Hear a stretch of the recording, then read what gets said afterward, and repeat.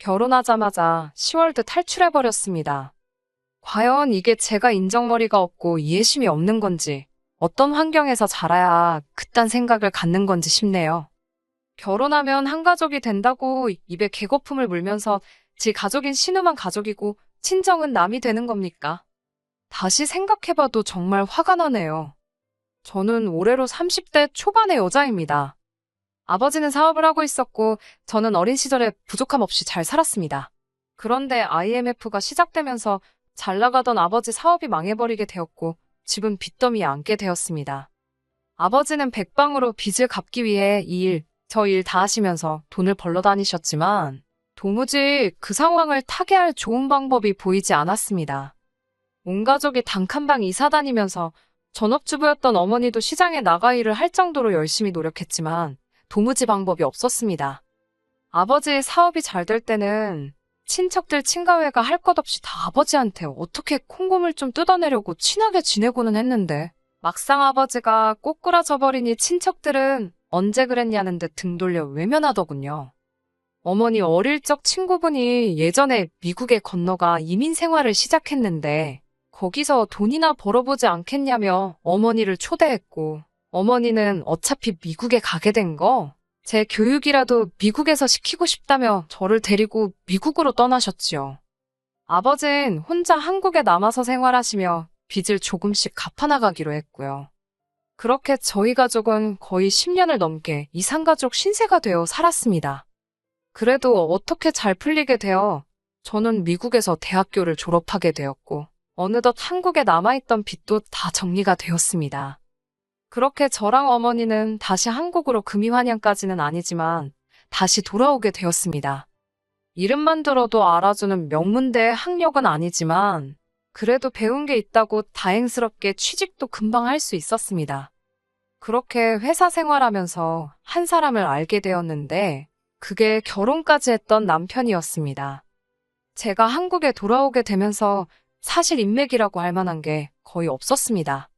대학교 다닐 적에 유학생들이 몇 명 있기는 했지만 사실 미국에서 공부하면서도 생활비가 빠듯해서 저는 거의 어울리지 못했어요. 저는 아르바이트까지 병행하면서 해야 했었거든요. 그러다 보니 사실상 친구라고 부를 만한 사람들이 거의 없습니다. 어릴 적에 친하게 지내던 친구들이 있고 연락이 닿아서 몇 명은 만나서 오랜만에 인사도 하고 했지만 사실상 친구라고 부르기에는 너무 오랜 시간의 공백이 있어서 사실 제대로 친해질 기회도 없었습니다. 직장 동료들도 있기는 하지만 사실 직장 동료들하고는 어지간해서는 친구가 되기 힘들잖아요.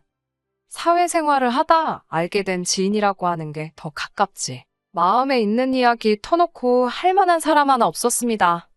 오히려 서로 빈틈만 보여봐라 하면서 살쾡이 눈을 뜨고 어떻게 직장 내에서 밟고 올라가려는 분위기가 더 컸지요. 남편이 저보다 4살이 많았는데 남편한테는 4살 어린 신우가 있었습니다. 그러니까 저랑 동갑이지요. 남편과 연애하던 당시에 사실 친구가 없는 부분에 대해서는 넋두리를 한 적이 없습니다만 결혼 이야기가 오가면서 남편이 제 친구들을 한번 만나보고 싶다는 이야기를 한 적이 있었는데 그때 솔직히 제가 친구라고 부를 만한 사람은 없다고 이야기를 한 적이 있었거든요. 남편은 제 상황을 어느 정도 이해를 했던 것 같고 그냥 그렇게 넘어가나 했는데 하루는 저한테 신우 이야기를 꺼내면서 제가 신우랑 친해지면 참 좋겠다 하는 그런 이야기를 꺼내더라고요. 솔직히 남편 입장에서는 마음 써준다고 꺼낸 이야기라고 생각되겠지만 제 입장에서는 썩 좋은 제안은 아니었습니다. 당시에 진지하게는 아니지만 결혼 이야기도 어느 정도 나오고 있던 상황이었는데 앞으로 신우올케 사이가 될 수도 있는데 신우랑 친구처럼 지내자는 게 솔직히 제 귀에는 여간 불편하게 들릴 수밖에 없었지요. 물론 몇몇 사람들은 더러 신우와 친구처럼 정말 친하게 지내는 사람들도 있다고 들었지만 저는 부담스러운 마음이 더 컸습니다. 그래서 좋게 좋게 거절 아닌 거절을 하며 날짜를 차일피일 미루고 있었는데 남편은 그걸 제가 숫기가 없어서 그런다고 생각했는지 그냥 약속 장소에 저에게는 말도 없이 신우를 데리고 온 적이 있었습니다. 신우가 저랑 동갑이기는 한데 저랑은 정말 정반대라고 해도 과언이 아닐 정도로 잘 안 맞습니다. 신우는 외향적이고 겉보기에 화려하고 꾸미는 거 좋아하는데 저는 내성적이고 조용조용한 성격이거든요. 반대끼리 끌려서 친해지는 사람도 있다지만 신우 또한 솔직히 저랑 같은 생각을 하고 있다 느낄 정도로 저랑 친해지는 데에는 별로 관심도 없어 보였습니다. 말도 몇 마디 나누지 않았어요. 관심사도 전혀 다르고 멋내는 거 좋아하는 신우는 제가 멋내는 거에는 별로 관심이 없다는 걸 알고는 흥미가 떨어진 듯 그 다음부터는 말도 안 걸고 손톱만 다듬고 핸드폰 화면만 계속 보고 있었지요. 신우가 저를 무시한다고 한 행동이 아니라는 것도 알고 있고 잘못된 행동이라거나 기분이 나쁘다거나 하지도 않았어요. 오히려 잘 되었다 생각했지요. 신우가 남편처럼 나서서 저랑 진짜 친구가 되고 싶다거나 하면 많이 부담스러울 것 같았는데 알아서 거리를 더 주고 있으니 말입니다. 그 뒤로는 남편이 신우랑 같이 해서 몇 번 더 자리를 만들어 보려고 했지만 신우도 딱히 관심이 없어 보였는지 의욕적으로 자리에 나오지도 않았고 나오더라도 그냥 같이 밥만 먹고 간다 뿐이지 저랑 친해지는 건 어렵다고 생각했는지 그냥 오빠랑 결혼할 여자라고 인사치레 정도만 해주는 거라 생각했어요. 제 입장에서는 어쨌든 자리만 채워주는 상황이긴 하지만 오빠 부탁에 하는 수 없이 나와주는 모습이 우애가 좋아 보이기도 했고 이유 자체로만 두고 본다면 제가 친구가 없는 상황에 남편이 도와주려고 했던 거나 마찬가지였으니 그 부분에 대해서 제가 잘못됐다는 생각을 가질 상황도 되지 않았습니다. 오히려 둘이 사이가 좋아 보이니 그 부분에서 남편이 가정적인 사람이라는 생각을 하기도 했어요. 제가 외국에서 어머니와 단둘이 지내면서 조금 힘들고 외로웠던 어린 시절을 보내서 그런지 배우자가 가정에도 충실한 그런 사람이면 싶었거든요. 아무튼 그렇게 저는 남편과 결혼까지 하게 되었습니다. 연애하면서 크게 다툰 일도 없었고 저는 물론 저희 부모님한테도 잘했거든요. 저도 빨리 안정된 가정을 꾸리고 싶은 욕심도 있었고 남편도 나이가 있었으니 결혼을 준비하는 과정에서 그렇다 할 문제도 없이 잘 끝나게 되었습니다. 결혼 생활 초반에도 그렇다 할 문제는 없었습니다. 결혼식 이후에 해외에서 고생만 죽어라 하셨던 친정어머니가 건강이 조금씩 안 좋아지기 시작하면서 제가 회사가 끝나고 나서 밤에도 일을 나가시던 아버지를 대신해서 친정에 들러서 어머니 보고 가는 일이 자주 있기는 했었지만 매일같이 가야 했던 것도 아니었고 다른 일도 아니고 친정어머니 일인데 남편도 그걸 가지고 뭐라 하지 않았어요.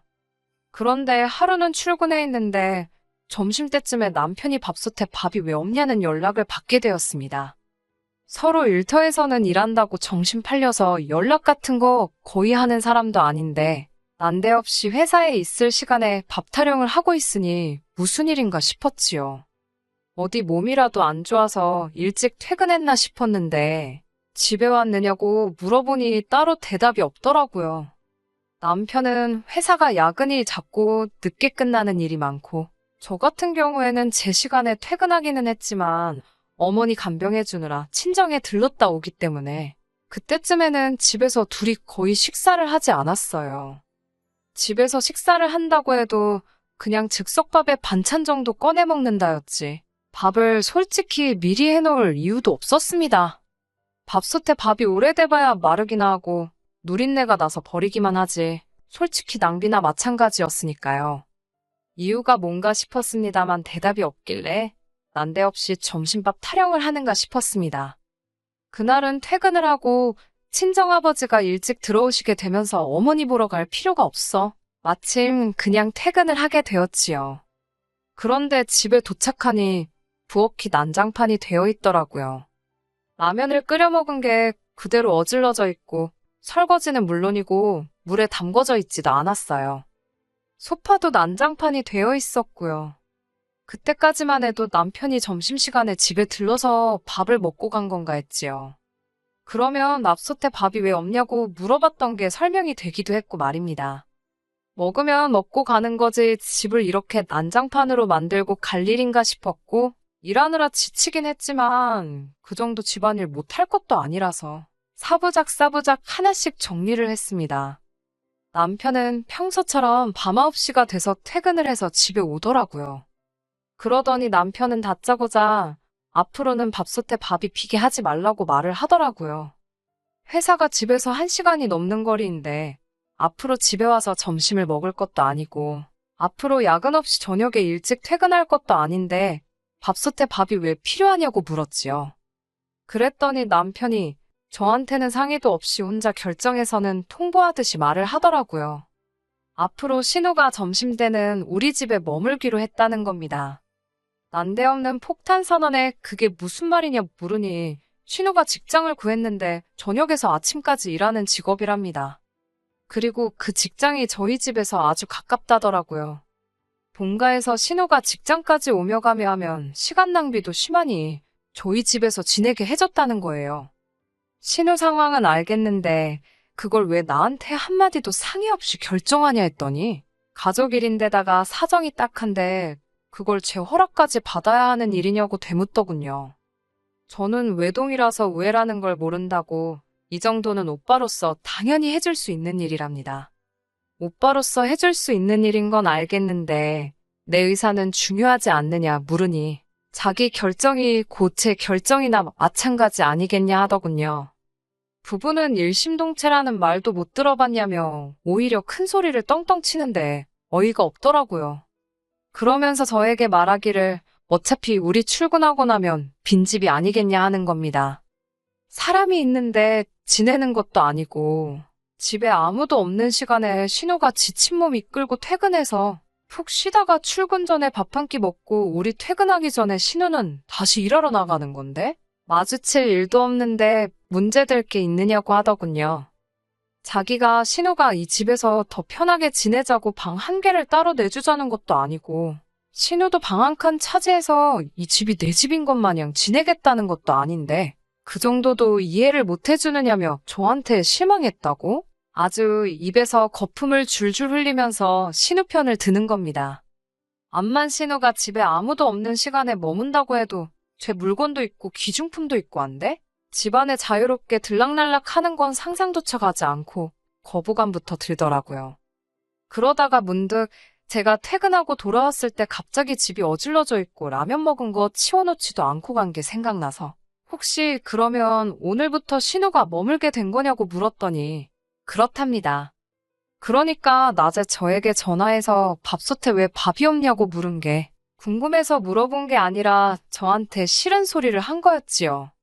지 동생이 출근하기 전에 푹 쉬다가 밥도 먹고 나가야 하는데 제가 감히 신우가 먹을 밥도 준비를 안 해놓고 있었으니 그게 기분이 나빴다는 겁니다. 집에 아무도 없는데 어떻게 들어온 거냐 했더니 이미 남편이 신우한테 현관문 비밀번호까지 다 알려준 상황이었던 거예요. 100번 양보해서 신우가 저희 집에서 출퇴근하는 걸 허락해준다고 해도 제가 신우가 먹을 밥까지 준비해줘야 하고 신우가 어질러 놓은 부엌이며 방이며 제가 치우라는 소리잖아요. 그랬더니 저보고 이기적이라면서 너무 너 혼자만 생각하는 거 아니냐고 하는 겁니다.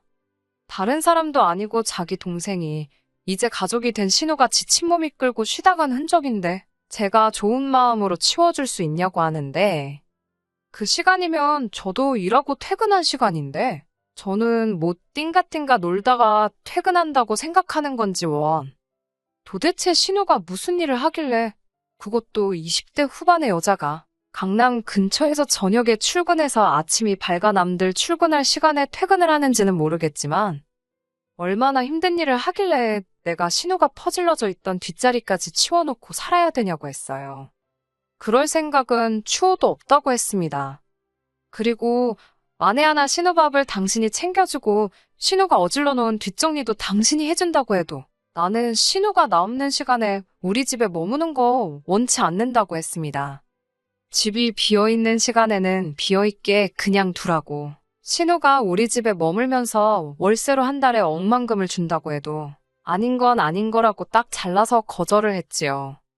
좀처럼 의견이 좁혀지지를 않으니 남편은 이제 아예 대놓고 어깃장을 부리기 시작했습니다. 한 대를 거슬러서 시어머니 이야기를 꺼내더라고요. 자기 어렸을 때는 작은아버지며 고모며 다 자기 집에 같이 살면서 시어머니가 친가 친척들 뒷바라지를 싹 다 해줬다고요. 시어머니가 아버지 형제자매들 너나 할 것 없이 뒷바라지를 해줬는데 저는 왜 못하는 거냐 한 소리 하더군요. 시대가 어느 땐데 그런 소리를 하느냐고. 씨알도 안 먹히는 소리 할 거면 그냥 들어가서 잠이나 자라고 했습니다. 자기 어머니가 했으니까 저도 당연히 해야 된다는 말도 안 되는 생각이 어디서 나왔는지 싶더라니까요. 하다 안 되니 남편이 저보고 너무 배은망덕하다고까지 하더군요. 신우 때문에 제가 배은망덕 소리까지 듣게 될 줄은 상상도 못했습니다. 결혼도 반반 결혼을 했고 지금도 맞벌이를 하고 있는데 내가 도대체 무슨 은혜를 누구한테 입었길래 배은망덕하다 하는 거냐 했더니 제가 친구 없다고 질질 짤 때 신우가 발벗고 나서서 제 친구가 되어주려고 도와주려고 하지 않았느냐 하더군요. 입은 비뚤어져도 말은 바로 하라고. 제가 친구가 없다고 질질 짠 적도 없을 뿐더러 신우랑 친구가 되고 싶다고 도와달라고 한 적도 없었습니다. 신우랑 친하게 지내라는 건 순전히 자기 욕심이었고 다 이러기 위해서 친구가 되라고 했던 거 아니냐 하니 아무 말도 못하더군요. 정작 친정어머니 아프신데 솔직히 남편이 가서 간병을 할 것도 아니고 그렇게 하길 바란 적도 없지만 서운한 점은 있었습니다. 좀 괜찮아지셨냐 같은 말 물어본 적 한 번도 없고 위중한 상황은 아니지만 그래도 한두 번 정도는 쉬는 날에 찾아뵐 수 있는 것 아니겠어요? 시댁에는 엄마 밥이 그립다고 밥 먹으러 가자고 그렇게 쉽게 말하면서 친정어머니 아픈 동안에는 처가에 한번 가자고 말한 적 없는 사람이 남편입니다. 그런데 거기다 대고 지금 가족에 돌이 운운하면서 신우가 우리 집 들어와서 지내는 건 되네 어쩌네 하고 있으니 더 할 말이 없더라고요. 그래서 남편한테 그러면 신우가 쉬게 해줄 테니 나도 친정어머니 우리 집에 모시겠다 했습니다. 가족 좋은 게 뭐냐고 친정어머니 몸 불편하시니? 신우가 집에 같이 머물면서 우리 엄마 간병도 해주고 우리 엄마도 집에서 가만히 있으면 심심하실 테니 신우 점심때 되면 밥 챙겨주고 하면 얼마나 좋겠냐고요. 그렇게 하게 해주면 신우가 우리 집에 점심 내내 있던 아예 방 한 칸 차지해서 눌러앉던 저는 아무 말도 안 하겠다고 했습니다. 그게 당신이 말하는 가족 좋은 거 아니겠냐고. 이러면 나도 불만 없고 당신도 불만 없으니 좋은 거 아니겠냐고 했지요.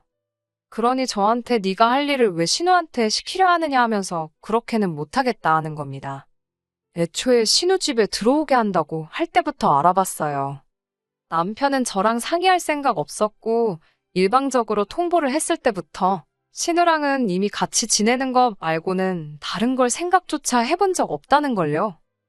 내로남불이라고 자기 가족은 편의를 위해서 우리 집에 머무는 게 당연한 건데 내 가족은 몸이 안 좋은데도 우리 집에 머무는 건 말도 안 된다는 식으로 나오니 이걸 가지고 더 언쟁을 해야 할 필요가 있나 싶더군요. 그나마 다행스러운 게 있다면 미국에서 살면서 주변 사람들이 성격 차이로 이혼하고 갈라서는 걸 많이 봐서 저도 연애는 길게 했지만 같이 살아보기 전까진 모른다는 생각에 혼인신고를 안 했다는 거예요. 그래서 그냥 갈라서자고 했습니다. 솔직히 제가 받은 느낌은 여동생이랑은 결혼을 하면 안 되니까 여동생하고 같이 살아도 아무 말도 안 할 것 같은 사람 찾아서 가짜로 결혼한 걸로밖에 안 보인다고 말해줬어요. 안타깝다고 사촌이라도 됐으면 다른 나라 가서 결혼이라도 할 수 있을 텐데 니들은 전 세계 어디를 가도 결혼은 못할 거라고. 그러니 다음에 결혼할 사람은 신우랑 네 관계 이해해줄 수 있는 사람 찾아서 결혼하라고 했습니다. 나는 내 가족만 소중하고 배우자 가족은 거들떠도 안 보는 그런 짐승만도 못한 이중인격자하고는 인생을 같이 할 생각 없다고요. 그나마 이제서라도 도망쳐 나올 수 있었던 게 다행이라고 생각해요. 솔직히 남편이 신우와 그런 사이라고는 생각하지는 않습니다. 하지만 가족이라는 이유로 오빠라는 이유라고 해서 첫째로서의 책임감을 느끼는 것에 대해 문제는 없다고 생각하지만 그 책임감을 배우자인 저도 똑같이 감내하게 만들게 해서는 안 된다고 생각해요. 신우도 염치가 있었다면 오빠가 말도 안 되는 행동을 배려랍시고 했을 때 스스로 거절했어야 했는데 지들 어머니가 그런 삶을 살아왔다고 해서 아무 상관도 없는 제가 그걸 당연히 해야 하는 거라 여길 거라 생각한 것도 문제지요. 이제 와서 잘못된 걸 알았다 한들 무슨 소용이겠습니까? 어쨌든 저도 이제 다시 새로 시작하게 되었으니 이 결정에 후회가 없게 잘 살도록 노력해 보겠습니다. 끝까지 들어주셔서 감사합니다. 오늘의 사연은 여기까지입니다. 구독과 좋아요, 알람 설정 부탁드리고 더 좋은 사연으로 다시 찾아뵙겠습니다. 감사합니다.